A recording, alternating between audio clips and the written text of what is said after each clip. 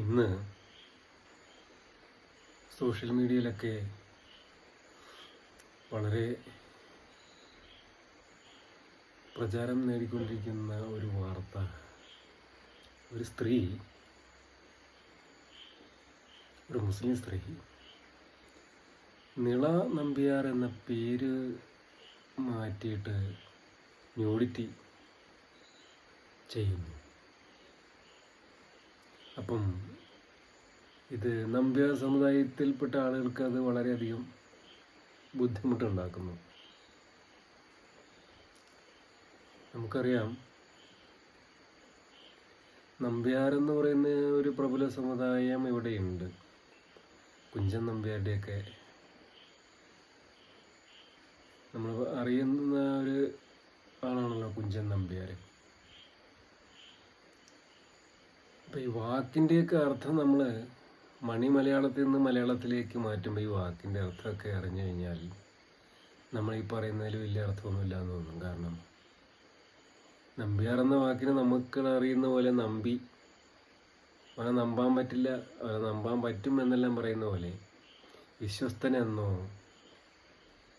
അങ്ങനെ അർത്ഥമേ ഉള്ളൂ. ഫ്രണ്ട്, വിശ്വസ്തൻ, അത്ര അർത്ഥമേ ഉള്ളൂ അതിന്.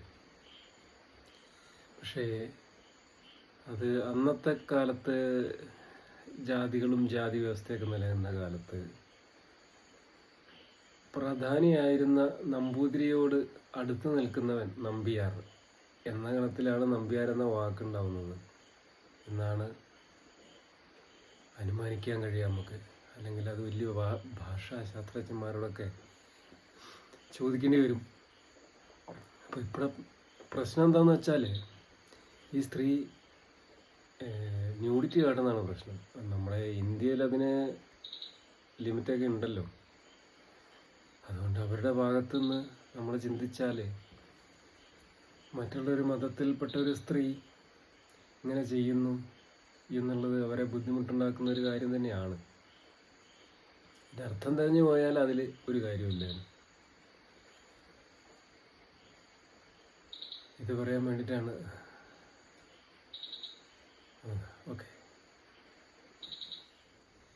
ഗൈസ്, അപ്പോൾ വീഡിയോ ഇഷ്ടപ്പെട്ടാൽ സബ്സ്ക്രൈബ് ചെയ്യാൻ മറക്കരുത്. ലൈക്കും നിങ്ങളുടെ വിലപ്പെട്ട നിർദ്ദേശങ്ങളും ഒക്കെ അറിയിക്കാനും മറക്കരുത്. മറ്റൊരു വീഡിയോ കാണുന്നവരെ